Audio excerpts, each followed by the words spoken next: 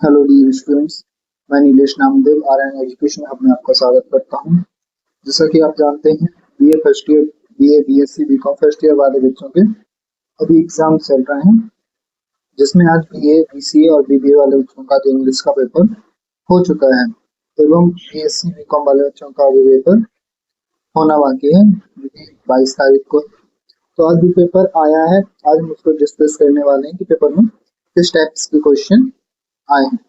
ये आपका आज का पेपर है, स्क्रीन पे आप देख रहे हैं। इसमें सबसे पहले सेक्शन ये आया जिसमें कि आपको कोई 3 क्वेश्चंस आपको करने थे और एक क्वेश्चन करने का था 4 अंक का था। तो पहला क्वेश्चन आया, why does the poet compare season with stream, है ना। How did Vivekananda address the audience at the start of his speech in Chicago. Chicago में विवेकानंद ने अपनी स्पीच कहाँ से स्टार्ट की, जिसके बारे में हमने एक वीडियो भी बनाई थी शिकागो स्पीच पे, उसमें हमने बताया भी था। How does the astrologer present himself to attract client, है ना। तो ये आपका थर्ड क्वेश्चन है। ये भी हमने जब एस्ट्रोलॉजर डे कराया था तो उसमें हमने बताया था कि he settled his sort of every evening in a busy market, he wear a turban, है ना, he talk very confidently, है ना। तो ये सारी चीजें हमने करवाई। इसके बाद आपका अगला क्वेश्चन था, what is the reading of Sundarkand beneficial, है ना, सुंदरकांड के बेनिफिशियल। और व्हाट इज स्कीमिंग, है ना, व्हाट इज स्कीमिंग। इस पे भी हमने कल रात में एक वीडियो अपलोड की थी, बस वो ग्रुप में से ऐड नहीं की, है ना, ताकि जो लोगों ने सब्सक्राइब किया उन लोगों को ही वो मिल पाई थी, है ना। तो इससे काफी फायदा हुआ बच्चों को। एक ये 4 नंबर का क्वेश्चन आया और एक क्वेश्चन बड़े में भी आया 15 नंबर का जो क्वेश्चन, तो वैसे करके 19 नंबर के क्वेश्चन से बन गया रहा केवल 12-13 मिनट की वीडियो से। इसके बाद आपका सेक्शन बी आता है। सेक्शन बी में आपके 4 क्वेश्चन आपको करने हैं और हर क्वेश्चन 13 अंक का है। Summarise Tagore's where the mind is without fear, ये भी हमने आपको कराई थी। इसके बाद आपकी एक पैसेज आई ना, तो मैंने बोला था कि पैसेज आएगी, पैसेज आप लोग कर लोगे, आसान सी पैसेज थी, है ना। वन वर्ड सब्स्टिट्यूशंस में से एक क्वेश्चन आया आपका, है ना, इन सबको आपको वन वर्ड देना था। और एक आया राइट अ पैराग्राफ और वन ऑफ द फॉलोइंग, है ना, किसी पे से आपको इंडियन फेस्टिवल और इम्पोर्टेंस ऑफ इंग्लिश आप आसानी से लिख सकते थे, है ना। Write a letter to your friend telling about your summer vacation plan, है ना, आपका लेटर आया जो आपने 12th में पढ़े होंगे और आसानी से कर भी दिया होगा। और सेक्शन सी में आए आपको 2 क्वेश्चन करने थे और जो कि 18-18 नंबर के थे। तो पहला क्वेश्चन था, describe Hanuman character and his role in Sundarkand of Valmiki Ramayan, है ना। Write short note on any one of the following reading technique, है ना, स्कीमिंग और स्कैनिंग।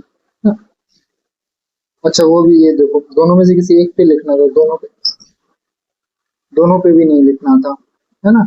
और ये कल रात को ही मैंने एक वीडियो डाली थी, इसमें दोनों चीजें मैंने कराई थी। व्हाट इज टेंस, है ना, तो टेंस वाला मैंने ये बनाया नहीं क्योंकि मुझे लगा ये सब आप लोग को आता होगा, है ना।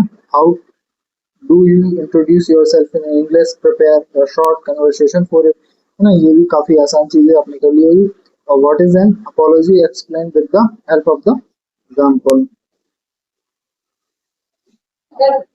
है ना। तो ये सारे क्वेश्चंस आपके इस पेपर में आए हुए हैं ना, तो इससे आप एक आइडिया लगा सकते हैं कि क्या क्या पेपर में पूछा जा सकता है, किस टाइप के आपके क्वेश्चंस आ रहे हैं। फिर यदि आप साइंस से रिलेटेड, मतलब आप बीएससी वाले या बीकॉम वाले स्टूडेंट हैं, तो इसमें देखिए एक तो पार्ट ऑफ स्पीच से क्वेश्चंस नहीं आए हैं ना, तो जो कि आपके पेपर में आ सकते हैं। एक होमोफोन्स और होमोनिम्स से क्वेश्चन नहीं पूछे गए हैं, है ना।